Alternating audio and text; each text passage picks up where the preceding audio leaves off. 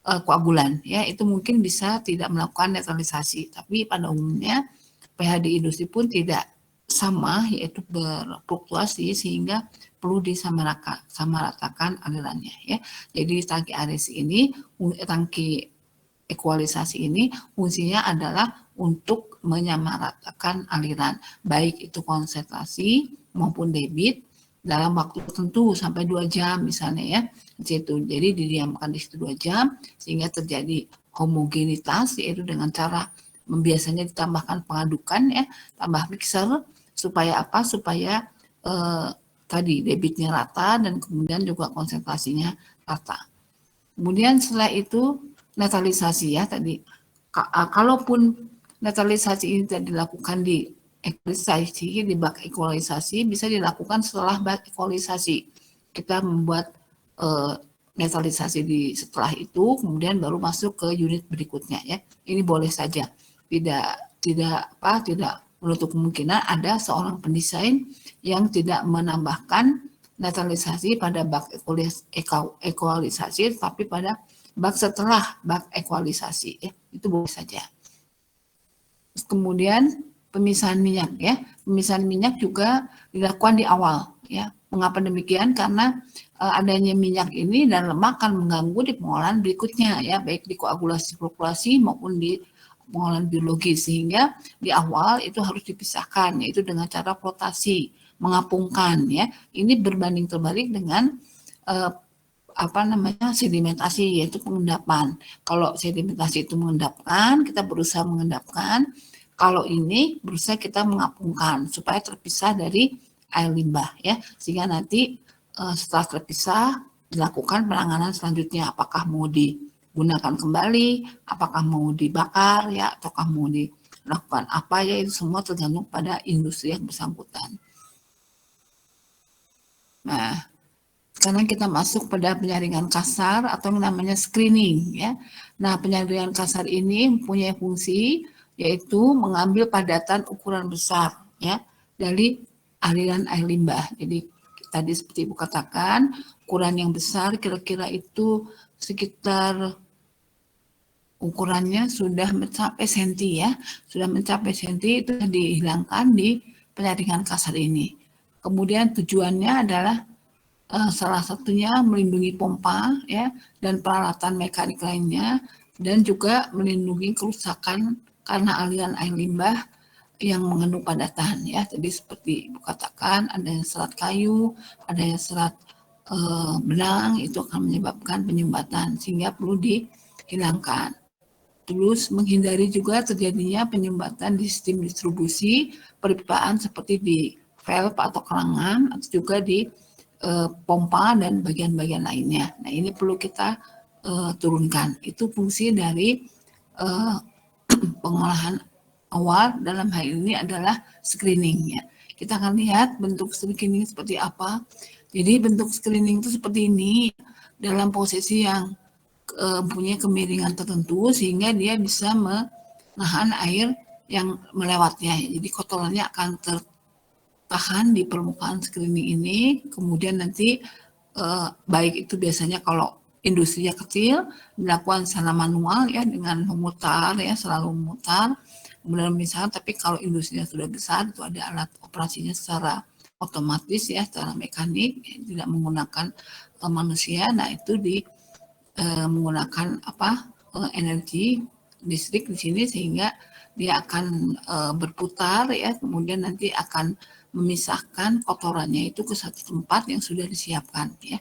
Nah, ini penyaringan kasar. Jadi bentuknya macam-macam ya. Ada yang bentuknya seperti AC ya, seperti AC memanjang gitu. Ada yang bentuknya seperti drum, ada yang bentuknya macam-macam ya. Penyaringan ini tidak hanya seperti ini bentuknya. Ini hanya contoh saja, Ibu berikan contoh. Nah, kemudian yang kedua adalah grid chamber. Grid chamber atau yang disebut dengan prasedimentasi. Kenapa demikian? Karena fungsi dari alat grid chamber ini mirip dengan sedimentasi, hanya diletakkan di awal, disebut dengan prasedimentasi. Hanya kalau sedimentasi biasanya tidak menggunakan media ya. Kalau grid chamber ini bedanya menggunakan media, yaitu pasir untuk menangkap partikel padatan. Kalau sedimentasi adalah mengendapkan padatan atau suspensi ya. Itu bedanya.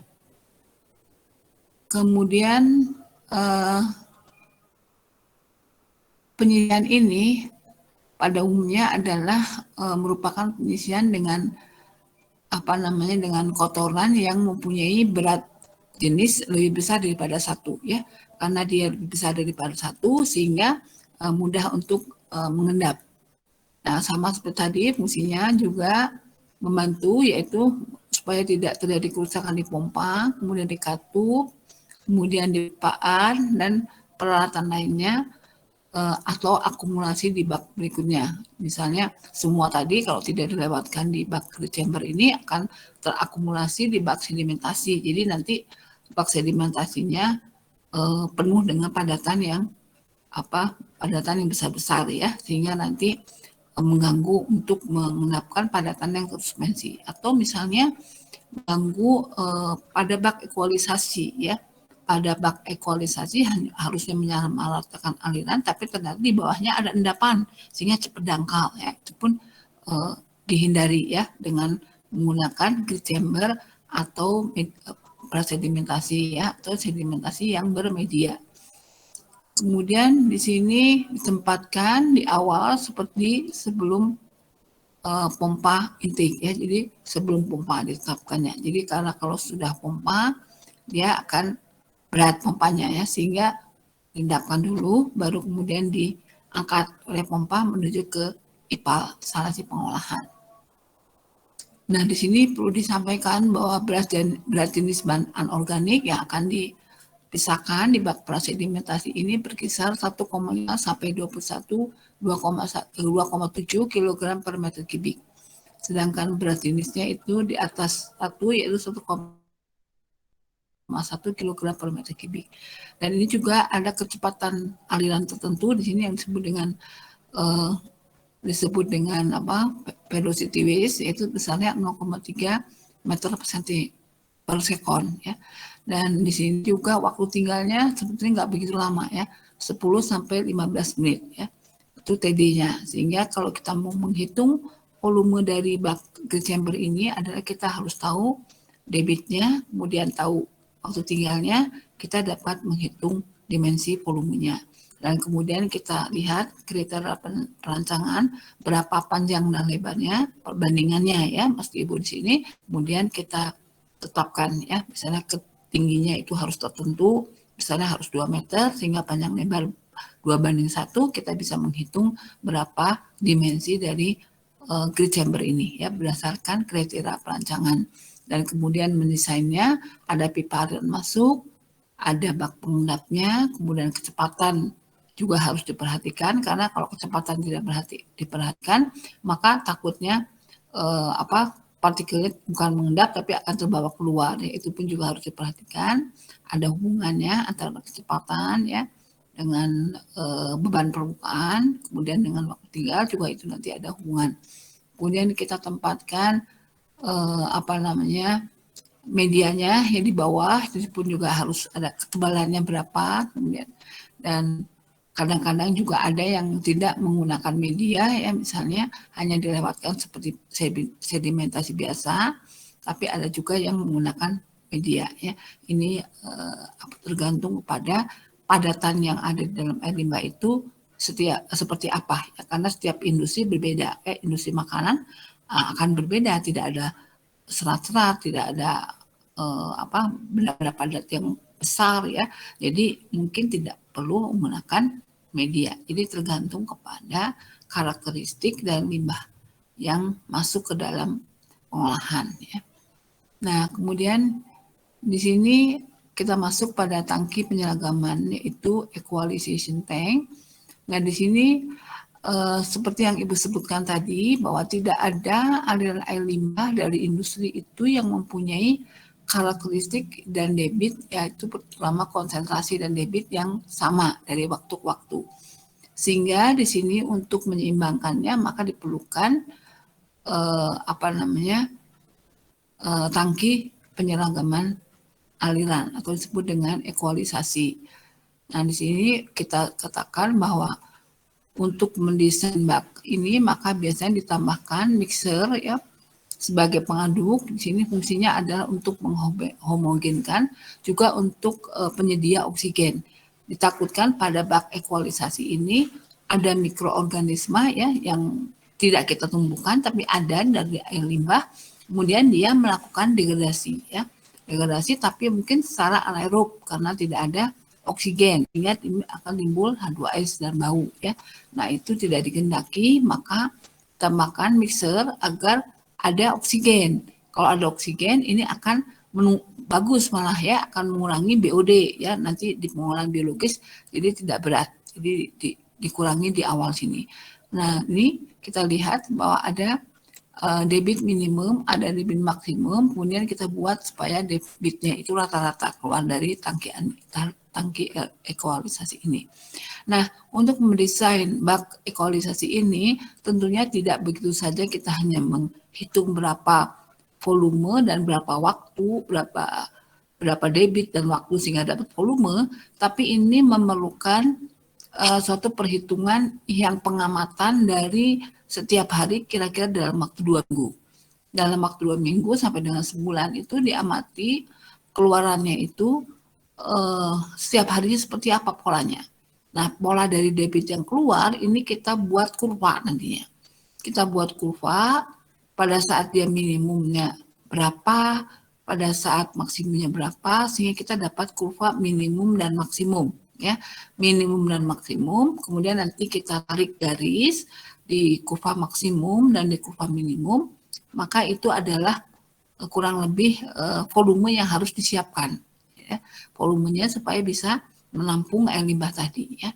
Nah, baru nanti kita hitung ada debitnya, ada waktu tinggalnya, kita lihat apakah sesuai dengan perancangan atau tidak ya. Kalau bisa mendekati kriteria perancangan. Nanti mungkin ini Ibu akan berikan nanti pada saat kita melakukan perhitungan IPAL ya. Ini di sini hanya Ibu jelaskan dulu bahwa menghitungnya tidak begitu saja hanya debit dan waktu yang diperlukan untuk menghitung volume, tapi juga harus diamati pola aliran air yang keluar. Jadi setiap harinya dilihat berapa maksimum, berapa minimum, sehingga nanti kita akan bisa membuat kurvanya, kemudian menarik garis maksimum, menarik garis minimum. Kedua ya, interval maksimum dan minimum ini kita buat korelasinya sehingga bisa tahu debit rata-rata yang harus disiapkan itu dengan volume berapa ya. Itu adalah untuk penghitung bak ekualisasi. Nah, kemudian berikutnya adalah netralisasi ya, yang tadi kita. Netralisasi ini adalah fungsinya adalah untuk mengatur pH ya, yang diperlukan untuk proses selanjutnya. Seperti misalnya di sini limbah dari tekstil biasanya itu sangat basah ya. Kemudian limbah makanan atau limbah bahan kimia membuat sulfat itu suka asam ya. Kemudian limbah gula juga itu kita lihat pH-nya juga kadang-kadang suka tinggi. Nah, ini harus dinetralkan ya. Nah, menggunakan apa bahannya? Yang umumnya adalah seperti asam sulfat, HCl, NaOH, kapur ya. Nah, ini adalah yang harganya nggak begitu mahal ya. Jadi pakai teknis, nggak usah pakai yang murni, tapi pakai yang teknis. Fungsinya untuk menurunkan atau menaikkan pH. Bahkan kapur pun dipakai ya, karena harganya lebih murah, sehingga bisa menaikkan misalnya pH ya, jadi basah. Nah, di sini bak netralisasi sekali lagi pengaturan penetesannya bisa dilakukan secara otomatis ya, sehingga pada saat meneteskan itu sudah diatur ya secara secara otomatis bahwa berapa dia harus menetes. Misalnya dia tahu di situ pH-nya berapa, air limbahnya, kemudian dia harus menetes berapa ya, itu harus di setting di sebelumnya, kira-kira harus menambahkan pH asam berapa, kalau kemudian menambahkan basa berapa, itu sudah secara otomatis disetting ya dari awal, jadi dia tahu, jadi ada sensornya, ini asam yang menetes basa. ini basah, yang menetes asam, dan jumlahnya pun sudah di setting supaya pada pH yang normal. Kalau pH normal itu aman untuk proses koagulasi fluktuasi dan aman juga untuk proses biologis, ya biasanya demikian, diatur di posisi netral. Nah, itu pengaturan netralisasi. Kita lihat di sini tangkinya itu harus ada pengaduknya supaya homogen, ya, dan penetesannya dengan menggunakan dosing pump, ya, pompanya sudah diatur, ya, pompanya khusus untuk meneteskan asam dan basa, dan ini pun lajunya juga dihitung, ya, apa laju penetesannya sesuaikan dengan laju dari limbahnya tentunya, ya, laju limbahnya berapa. Nah, konsentrasi berapa yang harus ditambahkan sehingga kita bisa menghitung laju dari pompa yang harus diteteskan. Itu adalah netralisasi. Nah, kemudian kita masuk kepada flotasi. Di sini pengapungan. Pengapungan di sini adalah fungsinya seperti tadi yang Ibu sampaikan, yaitu untuk memisahkan minyak ataupun lemak, ya, keluar dari air limbah. Nah, biasanya di sini kita tambahkan gelembung udara, ya. Nah, model sederhananya kita angkat, kemudian ke atas. Setelah di atas di sini kita bisa pisahkan, ya. Di sini ada minyak dan lemak, kemudian pengambilan dan material yang terapung ini dengan konveyor, ya, diambil, setelah dipisahkan diambil, kemudian dimasukkan ke satu bak tertentu yang nantinya fungsinya untuk dilakukan pengolahan selanjutnya, apakah dibakar, apakah akan digunakan kembali ataupun di recycle, kemudian diambil bahan-bahan yang diperlukan kemudian dimasukkan ke proses, ya. Itu tergantung kepada pabriknya mau bagaimana pertimbangannya. Yang jelas di sini bahwa flotasi ini bisa dilakukan dengan cara flotasi gravitasi, itu dengan diturunkan ke bawah, atau flotasi dengan menggunakan plate, ya, seperti yang ini disebut dengan CPI, atau flotasinya dengan udara terlarut.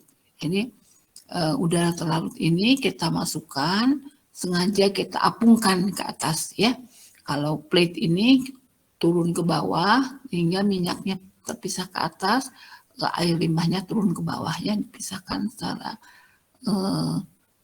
menggunakan plate yang interseptor, ya. Tujuannya adalah untuk meningkatkan efisiensi. Nah, seperti ini. Nah, kita lihat di sini, ya. Ini pemisahan minyak, ini yang menggunakan plate atau disebut dengan CPI, ya. Jadi air limbah masuk ke dalam sini, kemudian nanti akan turun. Otomatis karena minyak dan lemak ini punya biji yang lebih kecil daripada satu, maka cenderung untuk mengapung, sedangkan air limbahnya diarahkan ke bawah melalui plate-plate yang sudah disiapkan supaya alirannya merata, distribusinya merata, dan pengapungannya juga lebih efisien, ya. Jadi lebih menaikkan efisiensi. Dia turun ke bawah, kemudian terpisahkan dari lemak menuju ke pengolahan selanjutnya. Nah, ini di atas kita lihat nanti diambil dengan disebut dengan oil skimmer. Kemudian di sini ada lapisan oil atau oil layer-nya diambil oleh alat, ya, kemudian nanti dipisahkan menuju ke pengolahan selanjutnya. Nah, kalau yang sistemnya udara terlarut ini sedikit bisa kita lihat di sini ada bagan yang menggunakan flotasi untuk memisahkan minyak, dimulai dari proses koagulasi flokulasi. Di sini ternyata dianggap bahwa karena padatannya juga banyak maka dilakukan sebelum flotasi, ya. Ini jarang. Biasanya koagulasi ini dilakukan setelah flotasi, tapi ini dilakukan di awal sebelum flotasi, ya. Mungkin mempertimbangkan di sini supaya karena padatan yang keluar itu juga tersuspensi yang kecil, yang halusnya, dia berusaha untuk diapungkan bersama dengan pada saat minyak itu diapungkan. Jadi fungsinya seperti itu. Jadi untuk melakukan koagulasinya, melakukan pengapungan, tidak menambahkan tidak menggunakan alat, tidak menggunakan bak yang besar, tetapi cukup dengan melewati pipa, kemudian masuk ke tangki koagulan. Di sini sudah disiapkan koagulan, kemudian terbentuk padatan-padatan yang lebih besar tentunya daripada yang sebelumnya. Kemudian dia akan masuk dan di sini berusaha untuk mengapungkan tadi ya padatan tadi, kalau bisa diapungkan, kalau tidak pun dia diendapkan di bak sedimentasi ini ke dalam ruang yang sudah disiapkan. Di sini kita lihat ada aliran udara terlarut dari kompresor. Di sini akan mengangkat tadi ya, mengangkat air limbah yang mengandung minyak dan lemak dan padatan yang sudah terkoagulasi. Kemudian di sini akan masuk ke bawah, minyak lemaknya cenderung ke atas, yang koagulasi yang rendahnya, yang partikelnya kecil masih belum terkoagulasi bisa juga ke atas, tapi yang sudah besar dia cenderung ke bawah, ya, cenderung ke bawah dan ditampung di tangki lumpur di sini, kemudian air olahannya akan keluar di sini kita lihat dan di sini akan dibuang ke pembuangan akhir. Nah, kemudian aliran yang sebagian ini akan ditampung di reservoir yang fungsinya adalah untuk memberikan air untuk disatukan dengan kompresor udara sehingga menjadi udara terlarut yang kita akan masukkan ke sini. Jadi air ini diresirkulasi ya, dipakai kembali air olahannya, sebagian ini dibuang ke badan air. Nah, ini sistem yang pneumatik ya, jadi menggunakan flotasi udara terlarut ya dengan menambahkan gelembung udara ke dalam bak flotasi. Ini juga sama ya kalau ini perhitungannya. Jadi kita punya debit, kita punya waktu tinggal, kemudian nanti kita bisa hitung berapa volume bak yang harus disiapkan, kemudian kita hitung juga berapa udara terlarut yang harus dikeluarkan ya supaya bisa mengangkat sebagian besar dari minyak ataupun partikel sudah terkoagulasi yang tidak bisa diendapkan. Nah, ini ya. Nah, ini kita lihat lapangannya seperti ini gambarnya. Ini adalah disebut dengan DAF ya, Dissolved Air Flotation. Terkenal ini ya. Banyak yang menggunakan sistem yang ini dibanding yang CPA tadi ya. Nah, kemudian kita masuk pada koagulasi dan flokkulasi. Mungkin kalian juga di praktikum kemarin sudah disinggung sedikit mengenai koagulasi dan flokkulasi. Jadi intinya itu apa? Intinya itu adalah kita untuk mendestabilisasi partikel koloid ya. Karena yang akan dihilangkan di sini adalah partikel terus suspensi koloid. Nah, Ibu ingin tanya, kalau partikel ini termasuk dalam koloid suspensi atau masuk dalam terlarut atau masuk dalam yang lainnya, itu ditentukan oleh apa? Oleh ukuran partikel, Bu. Iya, oleh ukuran partikel atau size partikel ya.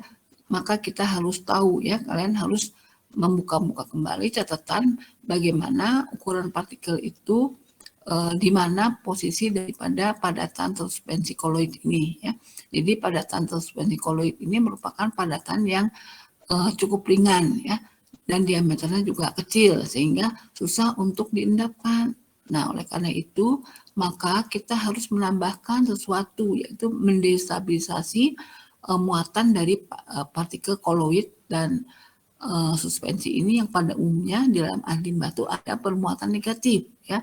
Jadi kita tambahkan koagulan yang bermuatan positif sehingga terjadi gaya tarik menarik atau yang disebut dengan van der Waals. Kemudian gaya tarik menarik ini akan menjadi vlog ya, membentuk vlog. Vlognya itu vlog kimia ya. Lain kalau di biologi itu dibentuk vlognya oleh mikroorganisme. Kalau di dalam pengolahan fisika kimia ini pembentukan vlognya dilakukan oleh penambahan akibat dari penambahan koagulan ya. Nah, di sini kita lihat bahwa intinya ya kalau kita kadang-kadang itu banyak literatur yang kadang-kadang membingungkan ya, koagulasi, flokkulasi itu bedanya apa gitu. Kemudian kadang-kadang ada dalam satu bak yang jadi satu koagulasi dan flokkulasinya. Kadang-kadang tidak menggunakan koagulasi, langsung flokkulasi ya. Itu semua adalah tergantung pada karakteristik air baku ya. Jadi air baku itu karakteristiknya satu dengan lain berbeda. Kalau misalnya karakteristiknya itu mempunyai padatan yang sangat halus ya, kalau sangat halus, nah itu lebih baik kita lakukan koagulasi dan flokulasi. Tapi kalau padatannya sudah cukup besar ya kita bisa hanya flokulasi saja ya. Nah, di sini intinya kalau idealnya kita melakukan proses ini bergabung, koagulasi dan flokulasi ya. Yang membedakan adalah pada saat koagulasi berlangsung itu apa yang terjadi adalah destabilisasi partikel yang bermuatan negatif. Sini akan kita buat jadi tidak stabil ya, jadi stabil. Nah, di sini dengan cara menambahkan koagulan. Koagulannya adalah bisa ALU, bisa PAC, bisa FeCl3, bisa Fe2SO4 ya, banyak sekali perosulfat ya. Segala macam koagulan bisa digunakan ya. Nanti tinggal kita sesuaikan dengan berapa kondisi operasi pH-nya optimum. Ya, nanti kita menyesuaikan air baku itu dengan kondisi optimum dari koagulannya ya. Nah, kemudian prinsip utamanya di koagulasi itu membentuk lock ya. Jadi tadinya masih sendiri-sendiri itu suspensi, kemudian kita coba ikat ya dengan menambahkan koagulan sehingga terbentuk lock seperti yang terlihat di sini ya. Di sini terbentuk lock, ini buatan negatif dengan positif terbentuk lock ya. Nah, di proses koagulasi ini dilakukan pengadukan, disebut dengan pengadukan cepat ya. Memang dilakukan cepat lebih cepat daripada flokulasi karena di sini kita berharap dengan pengadukan cepat ini akan ada pertemuan yang semakin banyak antara muatan koloid yang negatif dengan koagulan yang positif ya. Maka dilakukan pengadukan cepat ya supaya bertemu dia. Yang penting bertemu dulu, membuat vlog dulu. Nah, setelah vlog-vlog ini terbentuk, maka di flokulasi ini coba digabungkan menjadi lebih besar antara satu dengan yang lainnya ya. Maka pengadukannya di sini pengadukan lambat. Karena apa? Kalau pengadukannya cepat akan memecahkan vlog yang sudah terbentuk tadi. Jadi di sini diturunkan ya. Tadinya 100 ppm, biasanya di sini jadi 60 rpm. Nanti di laboratorium kalian akan menggunakan itu 100 ppm dan 60 rpm ya. Dan waktunya juga berbeda. Nah, tujuannya di flokulasi ini adalah untuk membentuk atau menggabungkan ya. Kalau tadi membentuk di koagulasi, kalau di flokulasi ini lebih menggabungkan satu sama lain. Jadi tadi di sini ya kita lihat ini gambarnya dari yang sudah terbentuk satu-satu ini, kemudian kita coba digabungkan ya. Dan kemudian biasanya kalau sifat dari vlog yang sudah digabungkan pun kosong, yaitu kurang bisa mengendap ya, besar tetapi dalamnya kosong ya, namanya voluminous ya, itu adalah dia besar tetapi dalamnya itu tidak masif, tidak padat. Nah, itu harus dipertemukan satu sama lain lebih banyak lagi. Nah, untuk menjeratnya itu ditambahkan polimer, yaitu flokulan ya. Di sini kita lihat ada flokulan dengan tangan-tangan polimernya, dia akan mengikat satu sama lain sehingga menjadi lebih berat ya. Nah, itu fungsinya. Nah, flokulan ini pun tergantung kalau misalnya kondisi daripada saat di koagulasi sudah baik sehingga di sini bisa bergabung ya, dan sudah berat tidak perlu tambahkan flokulan. Jadi tergantung pada proses koagulasi sebelumnya. Tapi kalau kondisi sebelumnya kurang baik ya, pembentukannya masih ringan ya, satu sama lain juga bergabung tapi ringan, maka ditambahkan flokulan agar menjadi lebih padat dan juga lebih bertemunya lebih berat. Nah, itu ya bedanya. Nah, ini pengadukannya lebih lambat ya. Kenapa? Karena ditakutkan kalau keras nanti, kalau cepat nanti jadi pecah kembali ya. Kemudian semuanya nanti sudah terbentuk koagulasi, dari koagulasi ini efluennya itu masuk ke bak pengendap. Fungsinya apa di bak pengendap? Untuk memisahkan tadi vlog-vlog tadi ya dengan air limbah. Jadi vlog-vlog tadi dalam waktu 2 sampai 4 jam, 2 sampai 8 jam didiamkan, kemudian dia akan mengendap ke dasar yang padatnya ya, karena lebih berat daripada satu, sehingga air yang di atas yang sudah jernih daripada organik ataupun anorganik ini akan keluar ke pengolahan selanjutnya, atau misalnya sudah memenuhi baku mutu bisa dibuang ke lingkungan. Nah ini jadi selalu koagulasi flokkulasi ini harus menggunakan bak sedimentasi. Nah ini disebut sedimentasi 1 biasanya ya. Kalau sedimentasi yang digunakan di bak biologis biasanya sedimentasi 2 ya. Dan bentuknya pun berbeda. Kalau bak sedimentasi yang di koagulasi flokkulasi itu bentuknya cenderung segi panjang ya. Karena dia tidak memerlukan alat bantu. Kalau di clarifier di pengolahan biologis itu membentukkan scraper. Jadi bentuknya lingkaran sedimentasinya. Nanti kita lihat ya bedanya. Nah, kalau di koagulasi flokkulasi sedimentasi yang dibutuhkan cukup dengan persegi panjang, tidak dengan bantuan scraper. Jadi dia akan mengendap sendirinya ke dasar karena koagulasi flokkulasi disebut dengan flok kimia ini cukup kuat mengendapnya. Jadi tidak perlu dibantu ya. Sudah cukup langsung dia bisa mengendap dengan waktu tinggal yang sudah di setting ya di sini. Tapi kalau flok biologis itu sedikit kurang mudah mengendap, memerlukan waktu yang lama, sehingga untuk mengefisienkan, untuk meningkatkan efisiensi baik waktu maupun efisiensi dari penurunan BOD COD ataupun gasnya, maka dibantu dengan scraper. Ya, scraper itu suatu alat yang bisa membantu menyapu dari bagian atas turun ke ruang lumpur ke bawah. Nah, itu pada bak biologis nanti kita pelajari. Kalau di sini biasanya menggunakan bak segi 4 ya. Nah, kemudian kita lihat di sini pengadukan cepat, ini prosesnya ya. Kita tambahkan koagulan, ya, dia akan bergabung membentuk flok seperti ini. Nah, di sini kita lihat koagulan yang bisa ditambahkan menggunakan alum misalnya, sodium alumina juga bisa, aluminium chloride juga bisa, ferric chloride, ferric sulfat, ya PAC juga ini bisa ditambahkan di sini ya. Polyaluminium chloride ya itu bisa ditambahkan. Ini ditambahkan nanti sesuai dengan, jadi kita pada saat ingin menambahkan koagulan jenis apa, kita harus tahu karakteristik dari limbahnya dulu ya, seperti apa. Nanti kita lihat spesifikasi dari setiap koagulan. Dia pada pH berapa, kemudian bagaimana kemampuan penyisiannya, itu tentu berbeda satu dengan lainnya. Biasanya industri itu mencari referensi dari industri lain yang sudah melakukan, yang melihat, yang menggunakan apa, dengan industri itu tentunya yang sejenis ya, menggunakan apa, kemudian kira-kira rentang dosisnya itu berapa.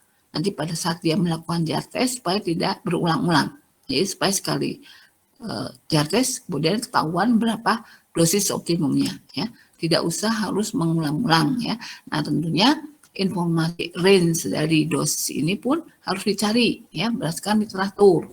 Kemudian karakteristik air limbah pun harus dilihat dari karakteristik air limbah yang sejenis ya supaya tidak terjadi kesalahan penambahan koagulan ya. Nah, ini kemudian di pengadukan lambat flokkulasi juga ini ya kita lihat di sini dengan penambahan polimer yang seperti tadi fungsinya adalah untuk memperbesar ya daripada floknya di sini, dan satu sama lain dijerat ya di tangan-tangan dari rantai ya, tersebut dengan rantai-rantai dari polimernya. Dan ini dosisnya biasanya untuk polimer ini nggak sebesar di koagulan ya, karena fungsinya hanya untuk mengikat saja satu sama lain.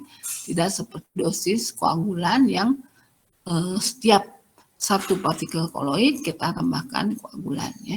Jadi dosisnya biasanya sedikit. Nah, kemudian di sini kita lihat sebetulnya karakteristik dari pengendapan partikel itu, mengapa kita tambahkan koagulan. Karena kalau kita lihat berdasarkan ukuran partikel itu semakin kecil semakin lama dalam mengendap. Kita lihat sini ya. Sebagai contoh sampai 0,001 itu kita lihat kecepatan pengendapannya hanya 0,00025 dan waktunya bisa 4,5 tahun kita menunggu ya berubanan, menunggu dari partikel ini untuk mengendap. Nah, karena itu ada ilmu yang bisa bagaimana mempercepat pengendapan. Nah, prinsipnya itu. Jadi di dalam limbah itu pokoknya bagaimana bisa mempercepat untuk pengendapan supaya kualitas hasil olahan terpisahkan dari padatan yang tidak kita inginkan, ya. Nah, di sini yaitu nambah koagulan. Nah, ini tadi ya, kita harus tahu posisi dia itu di mana, ya. Kalau itu berapa diameternya. Jadi kita bisa lihat 10⁻⁷ dengan satuan mikrometer, ya. Nah, di sini ada koloid, ada bakteri, ada virus, ada sedimen, ya. Nah, ini karena ukuran yang sangat kecil ini yang menyebabkan susah untuk mengendap, ya. Nah, makanya kita percepat sampai 2 jam, ya, mungkin bisa sudah mengendap, ya. Bagus-bagus kalau kecepatannya mengendap dalam waktu yang sebentar. Nah, ini biasanya partikel yang mengendap dalam waktu cepat itu namanya partikel yang kita sudah bahas ya minggu lalu, yaitu terendapkan, yang settleable solid, yang mudah mengendap tanpa adanya penambahan koagulan. Jadi memang dia punya berat BJ-nya lebih besar daripada 1, sehingga mengendap dengan sendirinya tanpa ada penambahan koagulan. Jadi dia memang mengendap ya dengan sempurna. Nah, itu biasanya adalah partikel jenis yang terendapkan. Nah, ini kecepatan mengendapannya bisa cepat. Tapi kalau partikel yang sudah besar ya tentunya lama pengendapannya, ya. Maka dibantu dengan penambahan koagulan. Nah, ini fungsinya. Nah, di sini JATES ya. JATES nanti yang akan kalian lakukan di laboratorium pada saat luring nanti ke depan ya, setelah UTS, itu fungsinya adalah untuk mendapatkan dosis optimum. Jadi berapa dosis optimum untuk suatu air limbah.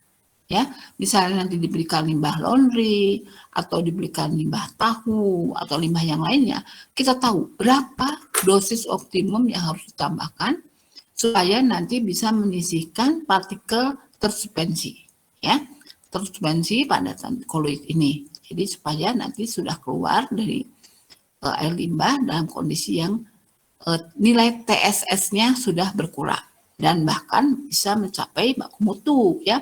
Baku mutu TSS ini juga ada nanti untuk limbah laundry berapa, untuk limbah makanan berapa, untuk tekstil berapa, itu ada baku mutunya ya. Jadi targetnya adalah untuk mencari dosis optimum. Jadi nanti kalau kita sudah dapat dosis optimum dari JATES di laboratorium, ini nanti untuk informasi di IPAL, di industri. Nih, air limbah kalian punya dosis optimum menggunakan PAC 100 mg per liter. Jadi kalian harus menumbuhkan di IPAL itu 100 mg per liter. Itu fungsinya, ya. Kemudian misalnya untuk limbah yang jenis tekstil, kalian harus menambahkan koagulan alum, ya, jenisnya alum dengan dosis sekian. Nah, ini didapatkan dari laboratorium. Maka biasanya JATES ini merupakan simulasi koagulasi-populasi yang ada di lapangan, tapi dilakukan di laboratorium. Nah, caranya di sini adalah kita menambahkan koagulan ya dengan dosis dosis yang sudah kita dapatkan informasinya dari literatur, kira-kira berapa, atau dari informasi terkini dari pabrik-pabrik yang sejenis, berapa dosis yang biasanya digunakan. Nah, itu kita coba buat 6 beker gelas ini yang isinya 800 ml air limbah, tambahkan dosis masing-masing dengan konsentrasi yang berada di antara konsentrasi yang sudah kita dapatkan dari literatur. Nah, kemudian nanti kita aduk ya dengan pengadukan cepat ya selama 10 menit biasanya ya, 1 menit yang pertamanya koagulasi. Nah, ini ya 6 beker gelas. Ini kita air limbahnya ini lihat warnanya keruh ya. Kita tambahkan dosis katakan 10 mg per liter, 10 ppm, 20 ppm, 30 ppm, 40, 50, 60 ya. Kemudian dalam waktu yang bersamaan di sini ada tabung reaksinya nanti di atas ya. Kalian tambahkan, masukkan koagulan ke sini supaya nanti waktu dicampurnya bersamaan. Jadi tinggal diputar, nanti dia akan jatuh bersamaan ya, supaya jadi betul-betul terlihat dosis mana yang optimum. Pertama kita tambahkan koagulan bersamaan, kemudian kita aduk dengan 100 rpm, waktunya 1 menit. Setelah itu kalian akan melihat adanya terbentuknya flok kecil. Nah, setelah terbentuk flok kecil, kalian akan memperbesar. Yaitu kalian putar lagi dengan mengkecilkan RPM-nya menjadi 60. Ya kalau di lab kita pakai 60. Di sini literatur ada yang 10 sampai 20. Dan dilakukan selama 10 menit. Ya. Nah, selama lebih lama. Jadi lambat ya. Ini memberi kesempatan pada polimer kalau ditambahkan flokulan untuk menjadi ya semua yang sudah terbentuk di koagulasi flokkulasi. Nah, setelah selesai dimasukkan dalam kerucut Imhoff ya. Nih, masukkan dalam ini seperti ini kerucut Imhoff ya bentuknya. Nah, seperti ini nanti kalian tumpahkan ke sini bersamaan 6-6-nya ya. Jadi makanya bekerja nanti 4 orang satu kelompok itu harus bisa menghandle supaya 6 di beker glass bersamaan masuk ke dalam beker glass yang sudah disiapkan ya. Nah, kemudian setelah disiapkan di dalam beker glass ini ada garis-garis volume ya. Jadi sudah tertera di situ misalnya 100 ya mililiter, 200 dan sebagainya ya. Sudah ada skala-skala yang difabrikasi sudah ditetapkan sehingga kita tidak mengukur, tidak usah menghitung diameter dan ketinggian. Tapi kita cukup membaca saja sudah dalam bentuk volume. Nah, ini didiamkan 30 menit ya. Diamkan 30 menit, kalian amati satu persatu. Nah, setelah dia mengendap, kemudian kalian melihat berapa volume masing-masing. Di di Inhoff 1, Inhoffcon 1 berapa volumenya, Inhoffcon 2 berapa, 3 berapa, 4 berapa ya volumenya, dan kemudian dosisnya tadi ya. Misalnya yang pertama 10 mg per liter, 10 ppm, yang kedua 20, yang ketiga 30 dan seterusnya. Kemudian kalian nanti diplot ke kurva ini, lihat di sebelah kiri.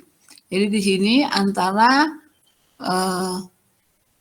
apa, yaitu antara tingginya volume dan antara dosis koagulan. Jadi katakan koagulannya di sini 10 mili, 20 mili, 40 ya, kalian plot di sini.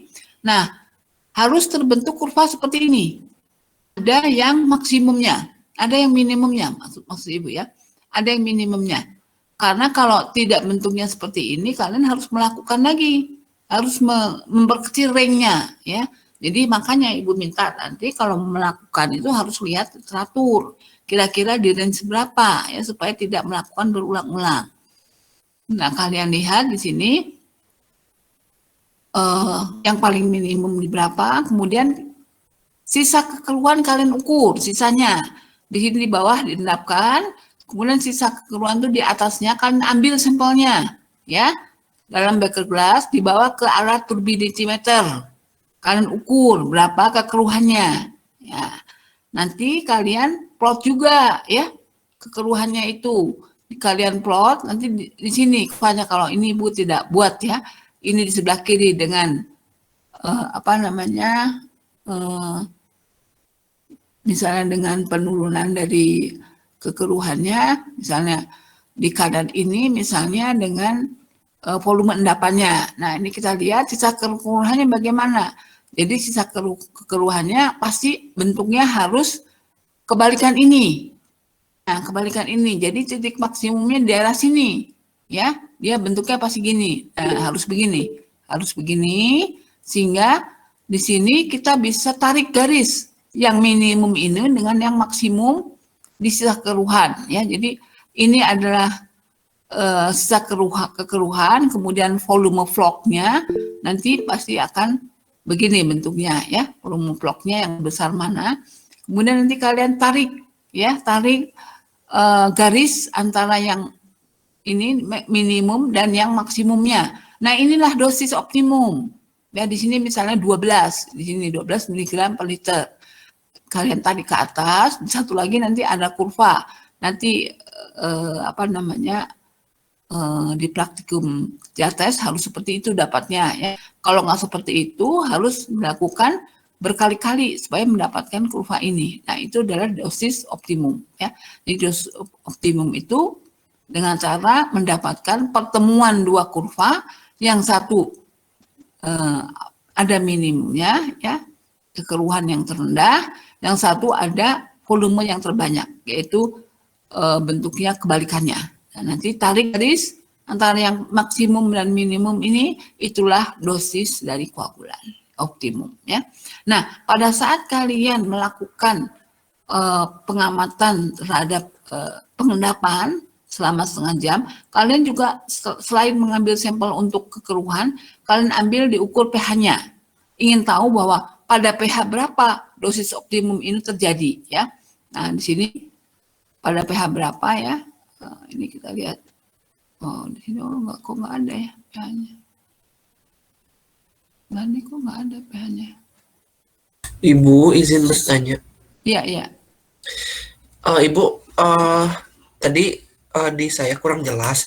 Untuk tadi kan untuk menghindari pengambilan sampel agar didapatkan kurva Jar-Test yang maksimum, itu untuk menghindarinya bagaimana, Bu ya?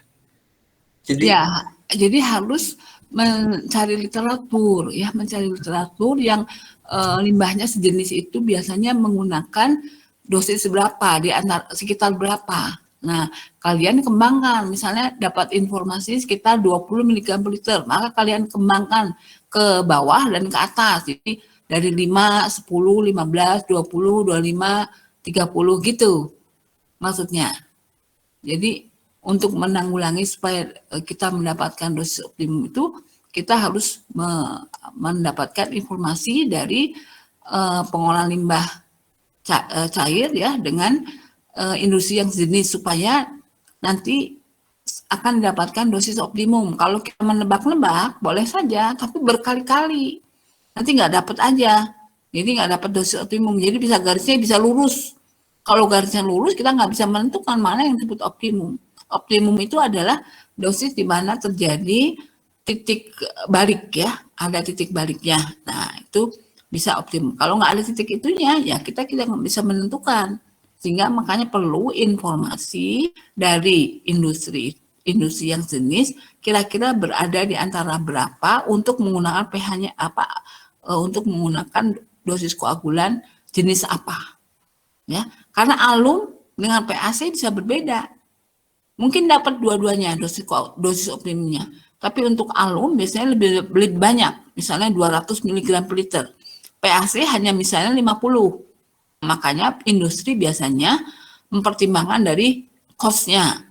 Kalau PAC itu sedikit tapi harganya mahal. Kalau alum itu banyak tapi harganya murah. Tapi efeknya apa? Alum itu akan lebih banyak lumpur yang dibentuk nanti di bak pengendapnya. Nah, industri juga bingung kan, nanti ngolah lumpurnya juga cost juga, biaya juga. Makanya harus mencari koagulan yang murah tapi bisa menghasilkan lumpur yang sedikit. Nah, itu tidak mudah ya.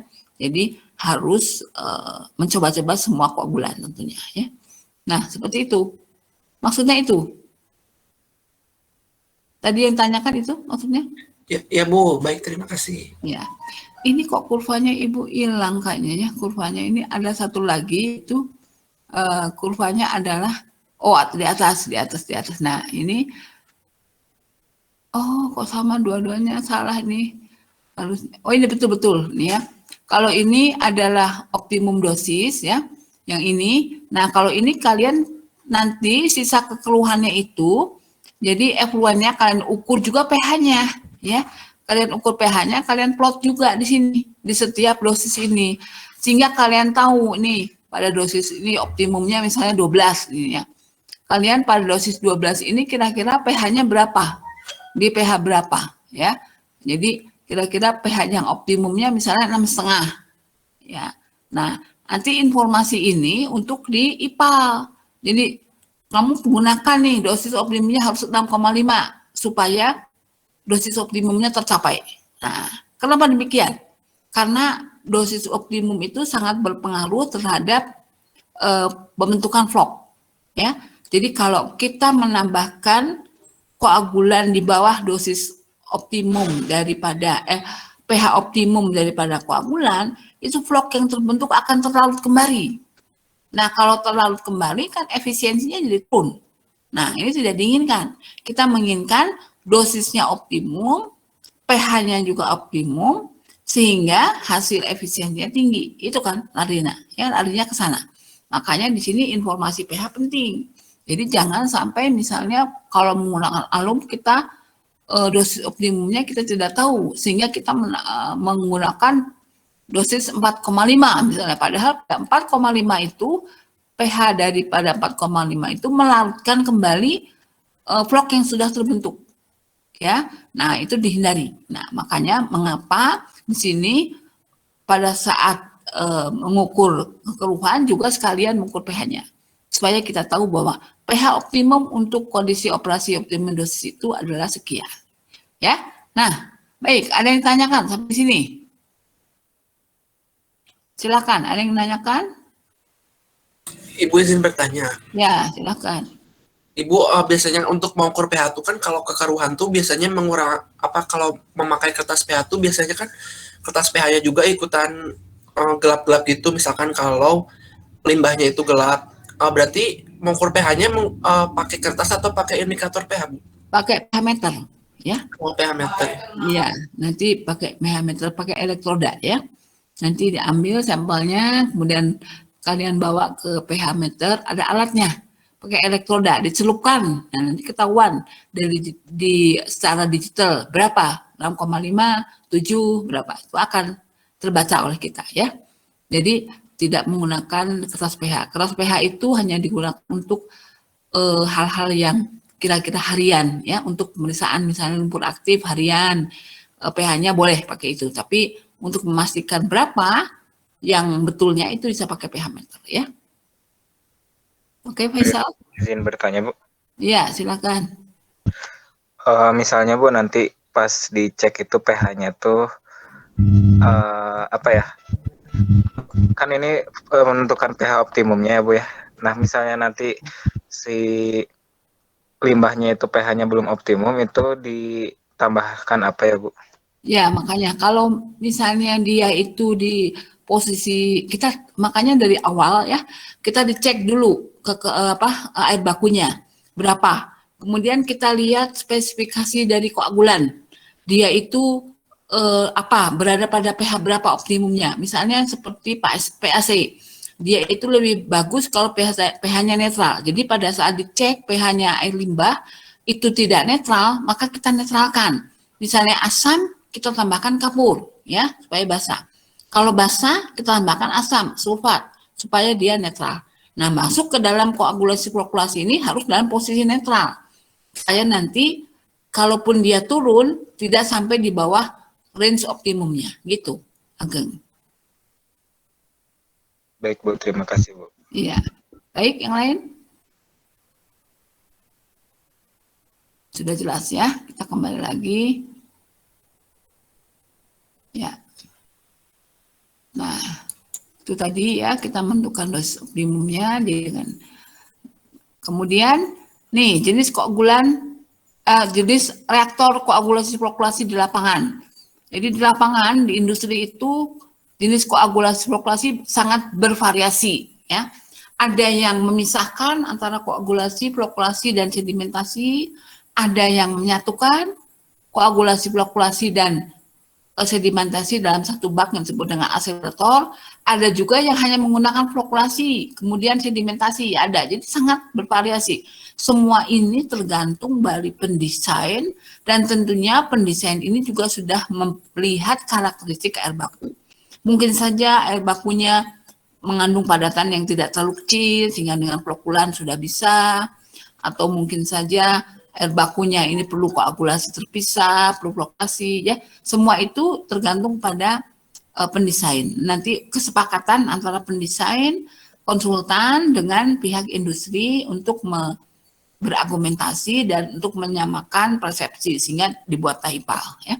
Nah, di sini yang pertama kita lihat di sini adalah tipe koagulasi dan flokkulasinya berbeda ya, dipisahkan. Jadi pertama diaduk dan kecepatan yang tinggi, kemudian diturunkan ya, dan di sini ada 3 bak ya, 3 bak secara seri, dia satu kontinu, kedua, ketiga ya, jadi diaduk karena kalau terlalu besar pengadukannya juga harus besar sehingga tidak efisien. Maka di setiap bak di sini punya pengaduk ya, setiap bak ada desain 3 bak ya untuk pengadukan flokkulasinya. Nah, koagulasi ini tambahkan koagulan, terus masuk ke flokkulasi, mengalir terus, dan nanti masuk ke bak pengendap ya. Ini gambar 1. Kalau gambar 2 di sini koagulasinya diaduk di situ, kemudian setelah terbentuk langsung diendapkan di tangki itu juga. Nah, ini memang setiap pendesain itu berbeda ya cara mengaduknya. Nah, ini menggunakan mekanik itu menggunakan baling-baling ya. Jadi macam-macam pengadukan mekanik ini. Bisa menggunakan bentuknya yang oval seperti ini, ada yang bentuknya blade ya, segi 4, segi panjang, ada yang bertingkat ya, 2 gitu ya, secara paralel, macam-macam ya mengaduk itu. Di sini kalian sudah belajar di pelajaran apa ya kalau nggak salah mengenai mixing ya, bagaimana bahwa ini sangat berpengaruh terhadap pola aliran ya, terhadap NRE ya, Reynolds number ya, ada laminer atau turbulent ya, tentu berpengaruh, dan kemudian berpengaruh juga terhadap efisiensi dari pengadukan ya, terhadap limbah yang akan diturunkan parameternya. Nah, kalau ini sistemnya terjunan ya, jadi dia diterjunkan secara mekanik. Ini kemudian koagulan disuntikan. Jadi bertemu, terjunan ini membuat koagulan dan partikel suspensi bertemu sehingga terjadilah pembentukan flok-flok. Nah, ini biasanya untuk domestik ya. Ini open channel, jadi saluran terbuka untuk limbah domestik rumah tangga gitu. Biasanya pakai seperti ini. Kalau ini limbah industri biasanya pakai pengadukan seperti ini. Nah, ini kalau di lapangan gambarnya seperti ini ya. Kemudian, nah sekarang bagaimana kita menentukan dosis optimum yang sudah kita dapatkan tadi di laboratorium ya, untuk diaplikasikan di IPAL ya. Bagaimana? Jadi berapa dosis atau dosis ini menjadi satu debit dari pompa dosingnya ya, sehingga pompa dari koagulan ini harus berapa debit yang dialirkan untuk memenuhi konsentrasi idealnya dan juga untuk memenuhi debit air limbah ya. Nah, seperti misalnya di sini nih, kalian perhatikan, misalnya kita punya debit air bakunya 100 liter per detik ya, kemudian kita dapatkan koagulan yang dipakai tawas itu dari jar tes tadi dapat 20 mg per liter. Nah, kemudian tawas ini merupakan larutan konsentrat yang terbuat dari 10% ya. Konsentrasi larutan konsentrasi 10% atau 100.000 mg per liter. Jadi dibuatnya dari larutan konsentrasi 10% untuk mendapatkan 20 mg per liter. Nah, sekarang kalian diminta untuk menghitung berapa debit pompa yang harus digunakan. Nah, itu adalah perhitungannya debit baku dikali konsentrasi tawas dibagi dengan konsentrasi larutan konsentrat yang dipakai. Jadi misalnya kalian memerlukan 10 mg per liter, kalian harus mengambil dari tawas yang dibuat 10%. Nah, itu jadi diperhitungkan berapa debit pompa yang harus disiapkan. Nah, coba kalian hitung debit alirannya 100 liter per detik, kemudian konsentrasinya 20 mg per liter, kemudian konsentrasi larutan konsentratnya 10% atau 100.000 mg per liter. Berapa liter per jam pompa dari koagulan yang harus disiapkan? Silakan hitung. Ibu beri waktu.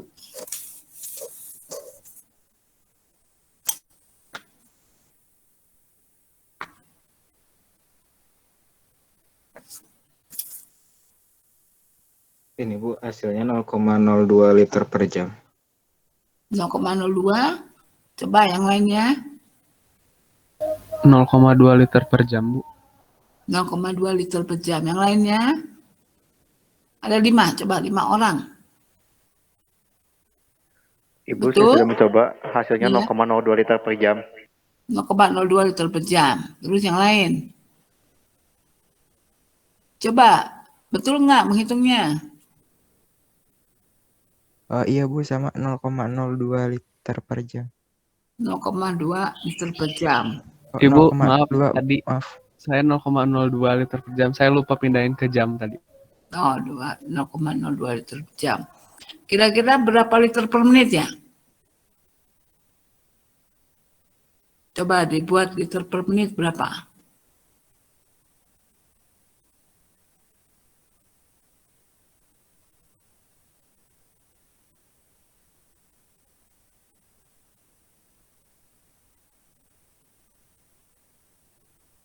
Nah, 1,2 liter per menit. Coba tadi betul nggak debit air bakunya berapa? 100 liter per detik ya. Iya Bu. Konsentrasinya 20 mg per liter. Coba. Dibagi 100.000 mg per liter. Coba. Oh tadi Bu harusnya debit pompanya tuh 72 liter. Iya. Kenapa kok bisa 0,02? Belum dikonversi Bu sih. Iya, nah ini ya. Jadi apa nanti di dalam pengolahan limbah air industri ini banyak sekali konversi satuan ya. Jangan sampai tidak menghitung. Tadi kok banyak kok jamaah 5 orang tadi bisa sama ya? Nggak konversi, kenapa? Lupa konversi ya. Tadi nggak konversi ke apa? Ke jam Bu. Iya, ya. Jadi harus dibuat. Jadi konversi itu penting ya. Jadi nanti supaya bisa kalau satuan liter per menit berapa? Liter per jam berapa? Ini Ibu tanyakan liter per jam. Jadi 72 liter per jam ya. Oke, sepakat semua? Sehat, Bu. Iya. Ya. Udah ya 70. Nah, bagaimana operasinya pada saat dilakukan di lapangan ya? Jadi Ibu berikan ilustrasi dari ini sebenarnya kalau pakai slideshow bagus nih ya. Nah, ini caranya gini ya. Ini kan ada debit air bakunya 100 liter per detik tadi ya. Kemudian dosis tawas didapat dari jar tes 20 mg per liter. Nah, di sini kita harus buat 100 kg tawas di dalam 1 meter kubik air ya supaya konsentrasinya 10% tadi ya. Dibuat, kemudian nanti kalian atur dosis daripada atau laju daripada laju daripada dosing pump itu sebesar 72 liter per jam. Tadi kan kalian hitung ya untuk dialirkan ke unit koagulasi flokulasi yang ini ya. Jadi untuk dialirkan ke unit koagulasi flokulasi itu membutuhkan pompa untuk meneteskan koagulan itu sebesar 72 liter per jam ya dengan cara membuat tawas tadi 10% ya dari 100 kg tawas dengan air bakunya dengan air aquadesnya 1 meter kubik. Nah, ini ya. Jadi dimasukkan nanti ke unit koagulasi flokulasi. Nah, jadi debitnya adalah karena air bakunya 100 liter per jam, maka debit yang harus dibutuhkan adalah 72 liter per jam ya. Nah, ini ilustrasinya demikian. Jadi nanti di laboratorium kalian nanti akan pada proses sedimentasi itu ada tangki koagulasi flokulasi ya. Nah, kemudian sedimentasi kalian ingin mengamati seberapa besar penurunan efisiensi partikel suspensi dalam bentuk TSS ini dalam bak sedimentasi. Tapi sebelumnya kalian harus melewati unit koagulasi flokulasi yang seperti Pak Robi jelaskan kemarin ya tentunya. Nah, nanti di koagulasi flokulasi itu kalian atur debitnya ini sesuai dengan perhitungan seperti ini ya. Baik koagulannya maupun flokulannya, sehingga menetes di koagulasi flokulasi dengan laju yang sesuai dengan konsentrasi dosis optimum dan juga laju yang ada ya, sehingga nanti di proses sedimentasi itu kita menggunakan plate. Nanti di lapangan itu, di lab itu menggunakan plate. Dengan plate-nya itu miring-miring. Fungsinya untuk meningkatkan efisiensi ya. Nah, itu nanti dilihat berapa penurunan TSS-nya. Kalian amati setiap berapa jam itu kalian amati berapa penurunan TSS-nya akibat dari pengendapan yang dilakukan ya. Nah, tadi sedimentasinya seperti itu nanti di lab ya. Nah, ini ilustrasinya. Oke, sampai di sini ada yang ditanyakan? Baik ya, sudah paham. Paham semua, yang bagus. Nah, kemudian reaksi yang terjadi. Reaksi yang terjadi ya. Di sini yang reaksi yang terjadi misalnya kita menggunakan alum. Nah, kemudian di sini ada air bakunya mengandung CaHCO3. Nah, ini akan diendapkan sebagai ALOH3. Jadi ada lumpurnya ya. Dari proses koagulasi flokulasi ada lumpur yang tadi itu diendapkan di bak sedimentasi. Jadi di bak sedimentasi itu banyak ALOH3 ya. Nah, ALOH3 ini tentunya harus diambil dulu airnya. Kalau mau dibuang ke lingkungan, mau jadikan pupuk atau mau dijadikan PVC, mau dijadikan paving block, mau dijadikan bata merah, itu harus diambil dulu airnya, di recovery ya, karena tidak boleh ada logam berat di lumpur. Nah, ini kemudian reaksi ini terjadi kalau pH-nya 4,8 sampai 7,8 ya. Lebih baik pada pH netral lah ya, kita menggunakan alum ini. Kenapa? Karena alum ini akan menurunkan pH ya, karena ada sulfatnya. Nah, dia akan turun pH-nya. Nah, ini reaksinya seperti ini yang. Kemudian kita ingin tahu sumber daripada lumpur ALOH3 ini dari mana saja, yaitu dari padatan ya yang mengendap. Jadi tadi ada koloid atau suspensi, baik itu TSS maupun BOD-COD ya, organik maupun yang apa namanya organik yang mudah terurai ataupun mungkin yang tidak mudah terurai.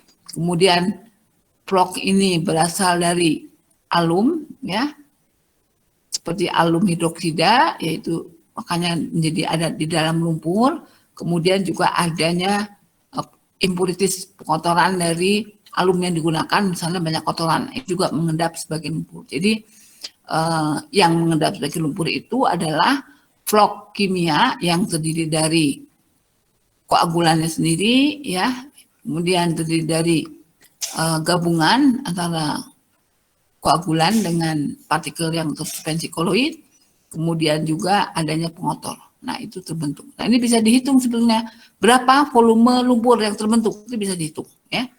Berapa volume yang terbentuk. Nah, itu adalah tentang koagulasi populasi. Sekarang kita masuk kepada desainnya ya. Nah, di sini ada kriteria perancangan ya dari bak koagulasi. Nah, seperti di sini ada yang namanya intensitas pencampuran atau G ya, atau gradien kecepatan. Itu berkisar 700 sampai 1000 sekon min 1 atau seper sekon, seper detik, seper menit ya. Tapi ini seper detik ya. Jadi 700 sampai 1000 per sekon. Nah, ini range ini yang dipakai. Kemudian waktu tinggal di dalam bak koagulasi 1 sampai 2 menit. Kemudian per satuan volume yaitu 26,3 sampai 52,6 kilowatt per meter kubik sekon. Kemudian diameter bak itu 0,9 sampai 3 meter ya. Nah, kemudian ada rumus yang digunakan untuk menghitung volume ya. Tentunya menghitung volume kita harus menghitung pengaduknya, yaitu powernya, berapa yang harus disiapkan untuk menurunkan TSS yang ada dalam limbah. Itu kita bisa menghitung dari gradien kecepatan ini sama dengan P per mu V. Mu ini adalah viskositas kinematik, ya. Dan kemudian V ini adalah volume, atau ada juga literatur yang menuliskannya C, kapasitas, sama ya. Volume. P ini adalah power atau daya dalam satuan watt ya. Sehingga kalau kita sudah tahu G-nya, kita bisa menghitung P-nya. Gimana menghitung P-nya kalau G-nya udah tahu? Coba bagaimana menghitung P-nya? Jadi G kuadrat mu dikali volume, Bu. Ya, P sama dengan G kuadrat, G dengan mu per volume ya. Nah, kemudian kita sudah dapat P-nya. Sudah dapat P-nya, P itu bisa sama dengan K kali densitas kali N pangkat 3 kali D pangkat 5 ya. Di sini kita tahu P-nya adalah daya, K-nya adalah koefisien pengadukan, tergantung bentuknya apa. Turbin di sini ya, itu 6,3. Nanti bevel beda lagi. Apalagi yang bentuknya beda tergantung dari koefisiennya.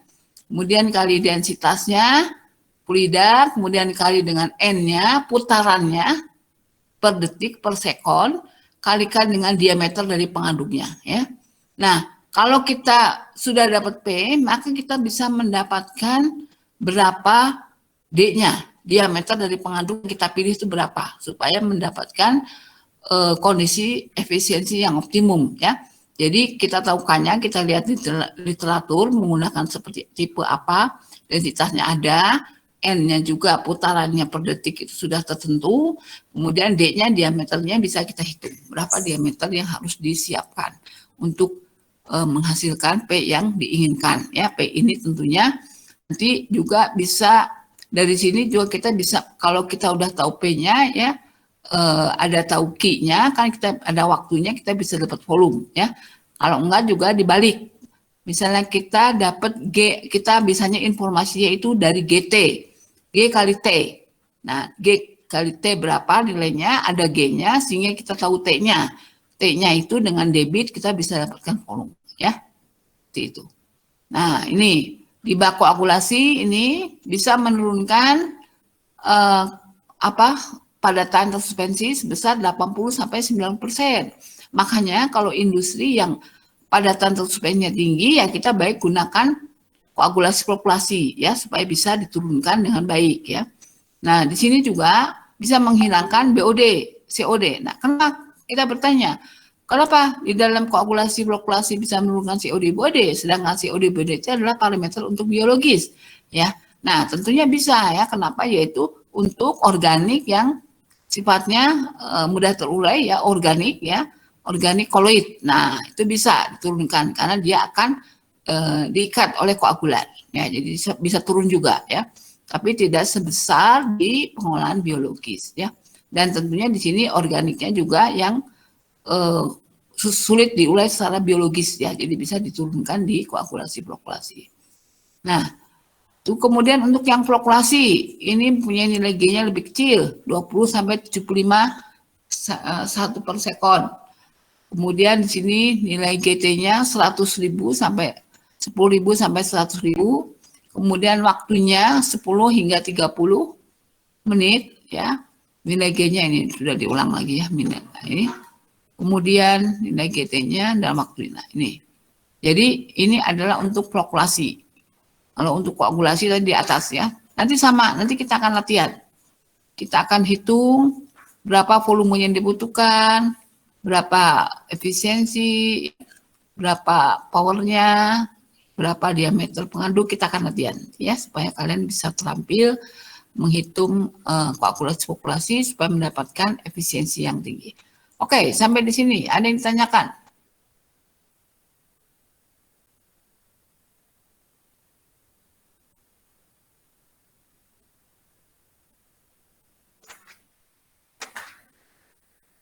Sudah paham semua? Paham, Ibu. Ya, baik. Bagus, nanti kita tinggal.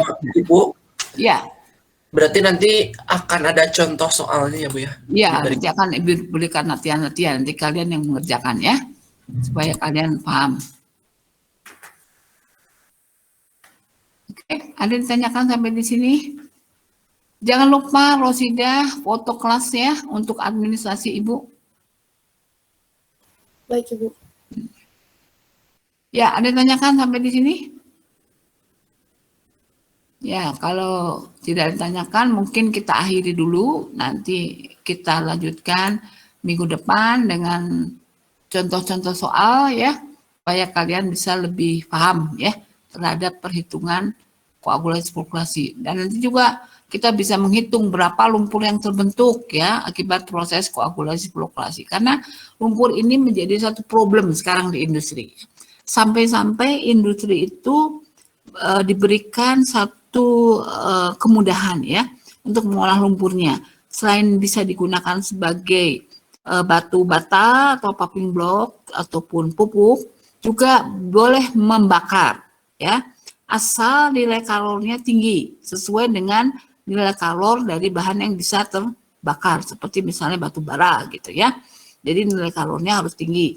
Nah, untuk menaikkan nilai kalor, maka si lumpur ini harus ditambahkan karbon ya, misalnya seperti itu. Boleh.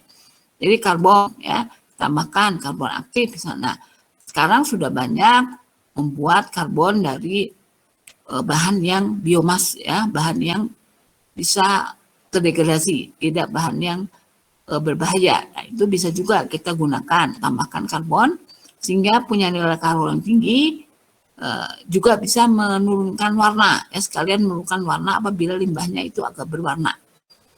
Nah, nanti baru dimasukkan ke insinerator, dibakar. Nah, cepat itu waktunya ya, sebentar itu sudah habis. Tapi insinerator harganya juga mahal. Jadi tidak semua industri punya. Jadi mau tidak mau industri harus mengolah lumpurnya. Nah, itu informasi yang disampaikan untuk koagulasi fluktuasi ya. Saya kira kalian sudah paham dan tinggal praktikumnya menentukan dosis optimum sehingga lebih paham untuk nanti diterapkan di IPAL ya.